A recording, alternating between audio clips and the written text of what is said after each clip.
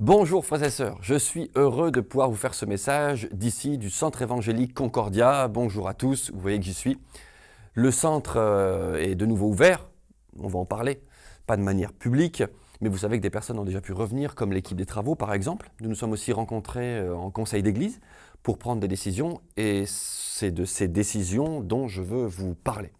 Vous avez entendu dire bien sûr que les lieux de culte pouvaient être de nouveau ouverts. Ça, vous l'avez entendu il y a un petit bout de temps déjà. Et nous attendions aussi que notre Premier ministre prenne la parole pour pouvoir se voir en conseil d'église et prendre des décisions. Vous savez ô combien nous aimons au Centre évangélique Concordia passer du temps en commun, manger ensemble, rappelez-vous les agapes, prier les uns pour les autres, ô combien nous aimons nous bénir. Tout cela, c'est certain, reprendra place, et je l'espère, le plus rapidement possible. Vous avez entendu dire que des églises réouvraient le dimanche 31 mai. D'autres ouvriront mi-juin, d'autres ouvriront début juillet, et pour d'autres, elles décident même de réouvrir seulement en septembre. Avant de continuer d'ailleurs à vous parler de ce que nous allons faire, je vais vous dire une chose. Je vous bénis en Jésus. Ça fait longtemps qu'on ne s'est pas vu et je veux vraiment vous encourager. Que le nom du Seigneur soit votre rayon de soleil. Que vos maisons soient remplies de la présence de Dieu. J'ai juste à cœur de le faire maintenant parce que je suis là pour vous parler d'organisation, mais si vous étiez là, je vous serrerais dans mes bras. Alors je vous bénis en Jésus. Que le Saint-Esprit vous remplisse à nouveau et qu'il renouvelle votre vision des choses. Ok? Bon, allez, repartons sur le côté organisationnel. On ouvrira la parole de Dieu juste quelques instants à la fin. Comment allons-nous fonctionner? Il faut que vous sachiez que nous sommes encore en relation, bien sûr, avec le CNEF qui nous envoie les informations et aussi avec UNEPI qui est notre fédération. Mais en fait, ce qu'on a comme information correspond à ce que toutes les églises ont comme information et ce dont vous avez peut-être déjà entendu parler. Si nous ouvrions ce lieu le dimanche, il faut que vous sachiez que des choses nous sont imposées. En l'occurrence, 4 points que je vais citer, il y en a un peu plus, mais 4, nous sont imposés. La première chose, qui est une bonne chose en réalité, c'est le gel hydroalcoolique. Se laver les mains, ça fait de tort à personne. Et ça, c'est bon pour tout le monde. Deuxième chose qui nous est imposée, qui est un peu plus compliquée, c'est le port du masque. Nous devrions, si nous ouvrions le dimanche matin, par exemple ici, faire en sorte qu'il y ait quelqu'un qui vérifie à l'entrée que chaque personne qui rentre avec un masque.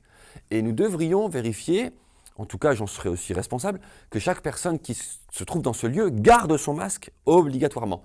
Les seules personnes qui seraient exonérées de porter un masque, c'est le prédicateur le temps qu'il prêche, si tant est qu'il y a 3 mètres de distance entre lui et l'auditoire, seraient aussi exonérés de porter un masque. Bien sûr, les musiciens avant, trompette, difficile de jouer la trompette avec un masque. Sinon, toutes les autres personnes seraient obligées de porter un masque. Troisième chose qui nous est imposée, c'est la circulation, on va dire, fléchée, de sorte que les personnes qui rentrent d'un côté ressortent par un autre chemin, de manière à ce que les personnes qui entrent ne croisent pas ou ne passent pas par le même chemin que celles qui sont en train de sortir. Enfin, quatrième chose qui nous est imposée, c'est la distanciation. Effectivement, il faut un mètre circulaire, si je puis dire, comme un diamètre. Imaginez-vous un diamètre, une grosse bouée de 1 mètre autour de personnes, ce qui représente plus ou moins 4 mètres carrés par personne. Chez nous, ça veut dire que dans la salle, nous devrions mettre au maximum 3 personnes par banc. Non mais projetez-vous, imaginez-vous, rappelez-vous tout du moins les dimanches que nous avions avant que le confinement prenne place, la salle était devenue trop petite. Béni soit Dieu, parce que le Saint-Esprit agissait et il agit encore. Mais la salle était devenue trop petite. Aujourd'hui, si nous désirons ouvrir le dimanche matin et mettre 3 personnes par banc, nous serions rendus à ramener le nombre de personnes à 30 personnes plus ou moins. Ah, vous m'avez compris, nous n'ouvrirons pas le dimanche matin. Nous allons fonctionner en regardant dans le mois de juin ce qui se passe. Comme je vous l'ai dit, j'ai pleine confiance que cette situation évolue très vite. Bénissons ce pays et que ce virus se taise et parte le plus rapidement possible.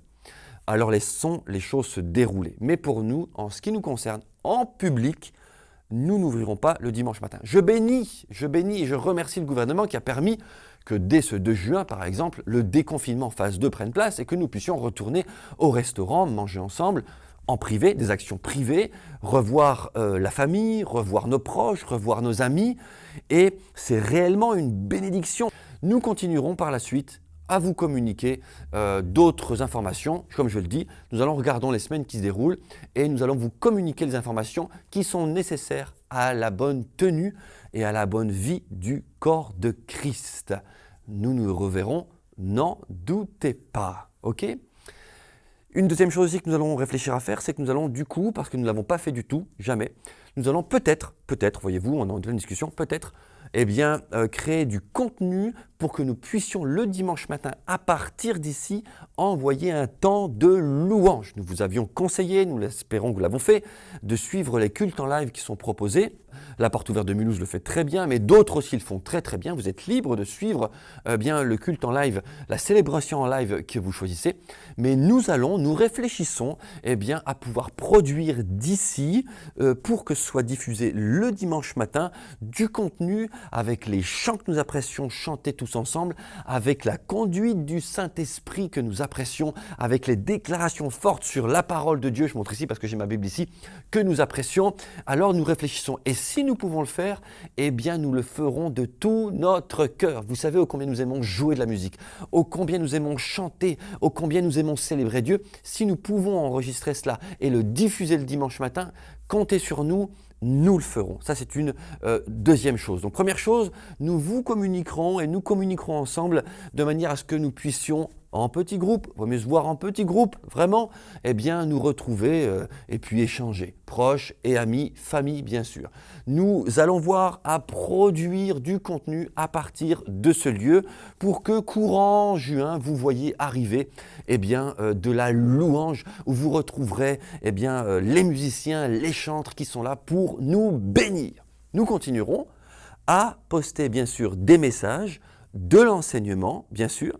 Sachez aussi qu'en comité très restreint, en respectant les gestes barrières, ceux qui ont commencé le parcours biblique niveau 1 auront bientôt des nouvelles pour savoir comment ça se réorganise. Donc les choses reprennent petit à petit et c'est une forme de communion bien sûr qui se dessine. Je veux terminer, j'ai gardé exprès cette capsule pour la fin.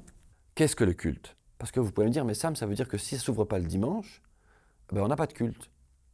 Je crois que nous nous leurrons si nous pensons cela. Tout ce que j'ai dit depuis le début, vous l'avez compris, promouvoir le rassemblement, se bénir, que les dons s'exercent, que la parole de Dieu soit annoncée, que nous soyons ensemble, que nous nous édifions les uns les autres, ce que la parole de Dieu enseigne. Mais nous faisons partie d'un peuple et le peuple n'est pas appelé à vivre avec une distanciation. Nous sommes appelés à nous rassembler. Nous faisons partie d'un peuple. Mais le culte, ce n'est pas le fait de se retrouver le dimanche matin. Dans la notion de culte, il y a le fait d'approcher Dieu avec un sacrifice. Parce que ne vous trompez pas là-dessus. Vous n'approchez pas Dieu sans sacrifice. Dieu a toujours été approché avec un sacrifice. La parole de Dieu enseigne que nous pouvons nous maintenant entrer en sa présence avec assurance. Pourquoi?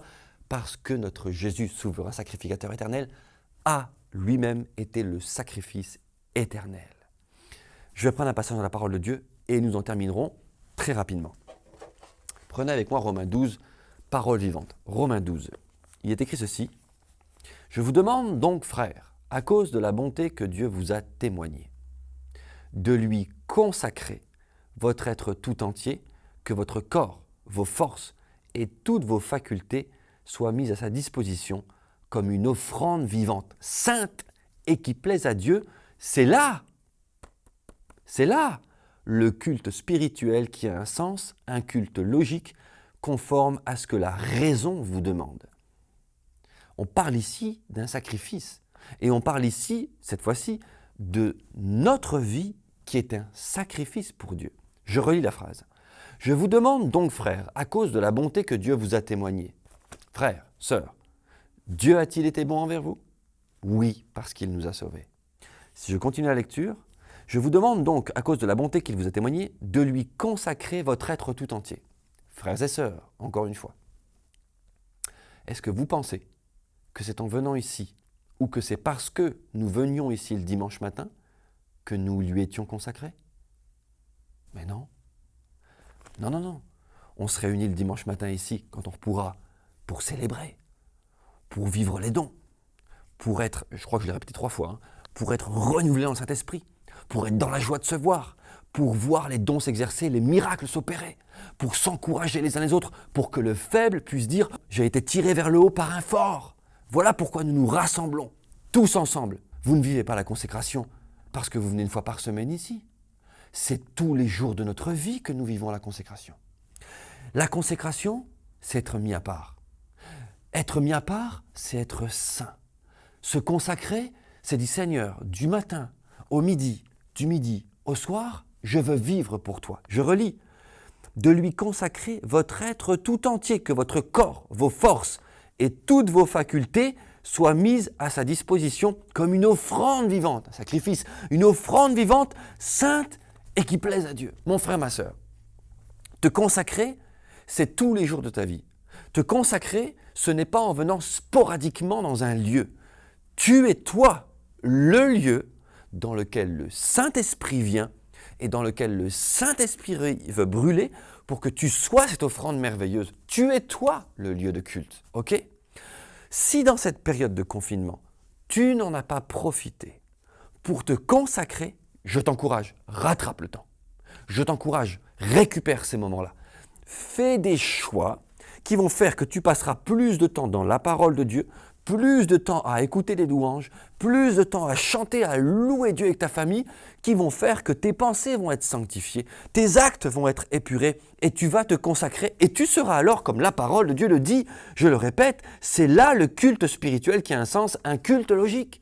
Si tu profites de cette période encore, qui est une période spéciale, le déconfinement a pris place, phase 2, mais nous ne pouvons pas encore nous retrouver comme je vous l'expliquais. Mais si tu profites de cette période pour être un culte agréable à Dieu, laisse-moi te dire qu'au moment où nous nous retrouverons ensemble, tu seras bouillant pour Dieu. Tu ne vas pas devoir attendre que nous nous retrouvons pour être bouillant. Le Saint-Esprit aura tissé avec toi une relation tellement personnelle que tes forces spirituelles seront revenues. Ça, c'est le miracle de Dieu.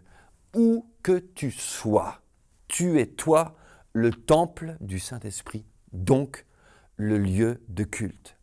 Je veux finir en déclarant ceci. Vous savez, coups de téléphone sont passés, de nombreux coups de téléphone sont passés, et je bénis les personnes qui, preuve à l'appui, des personnes qui ont tenu une liste, appelant des gens jour après jour, méthodiquement, de manière à ne pas rappeler trop de fois les mêmes personnes, mais de laisser du temps aux autres.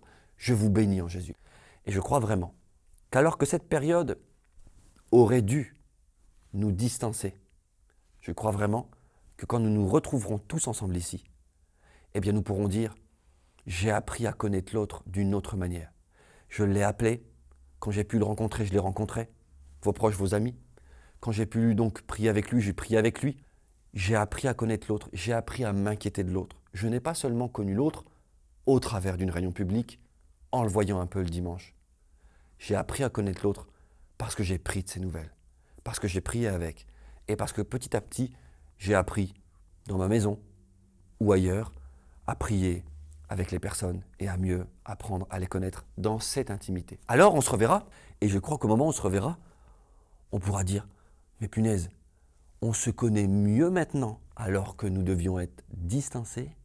Cette période nous a rapprochés et nous célébrerons Dieu d'une manière extraordinaire. Que son Saint-Esprit vous remplisse, que vos visions soient tenues maintenues, que vos visions soient rafraîchies en Jésus-Christ. Je le dis dans cette vidéo, quel que soit votre besoin, même si c'est un besoin physique, par la puissance du nom de Jésus-Christ, si vous êtes un culte qui lui est agréable, si vous êtes une offrande agréable à l'Éternel, là, maintenant, le nom de Jésus-Christ est sur vous. La puissance de Dieu est sur vous. Quel que soit votre besoin, remets ta vie en règle si besoin, mais que le nom de Jésus-Christ t'inonde maintenant, sa puissance t'inonde maintenant, que tes pensées soient rafraîchies, que la foi revienne en toi, que tes racines soient fermées dans la parole de Dieu, et que quel que soit ton besoin, Dieu réponde à ta guérison, ta délivrance ou ta situation. Que Dieu vous bénisse. Je suis pressé de vous revoir.